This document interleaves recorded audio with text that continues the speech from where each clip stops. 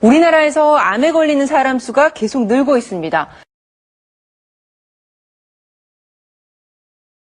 전체적으로 우리 국민의 평균 수명인 남자 76세, 여자 83세까지 살 경우 남자는 3명 중에 1명꼴로, 여자는 4명 중에 1명꼴로 암에 걸리는 것으로 예측됐습니다. 다행인 것은 의료기술이 발전하면서 생존율이 높아지고 있다는 건데요. 암 진단을 받은 뒤에 5년 이상 생존할 확률은 평균 57%로 다시 말해서 암에 걸려도 5년 넘게 사는 사람이 절반을 넘습니다.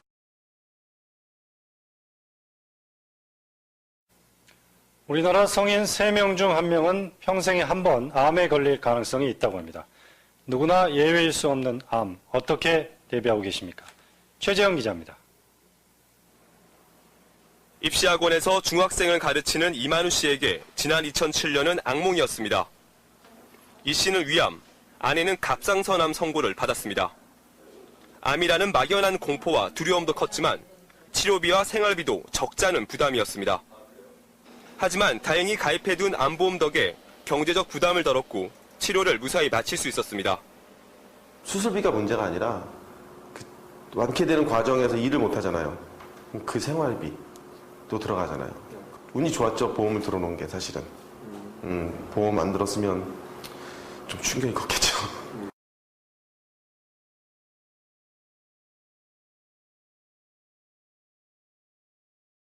하지만 치료 기술이 발전해 조기에 발견만 하면 이제는 암도 정복할 수 있습니다.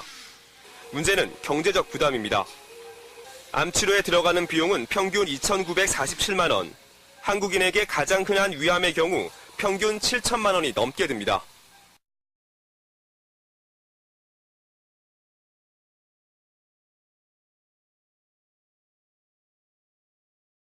어버이날이었던 어제 노부부가 빈집에서 목을 맨 채 발견됐습니다.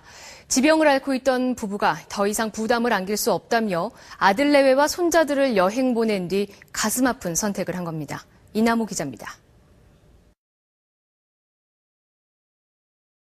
오래전부터 정신질환이 있었던 전 씨는 지난해부터는 치매까지 알아왔고 부인 노모 씨는 7개월 전에 암 수술을 받고 투병 중이었습니다. 아들 내외에게 남긴 유서에는 그간 고맙고 미안했다.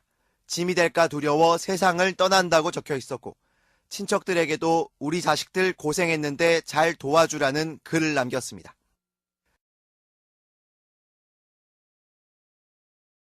경찰은 이들 노부부가 더 이상 부담이 되기 싫어 아들 내외와 손주들에게 여행을 다녀오라고 한 뒤 함께 목을 맨 것으로 보고 있습니다.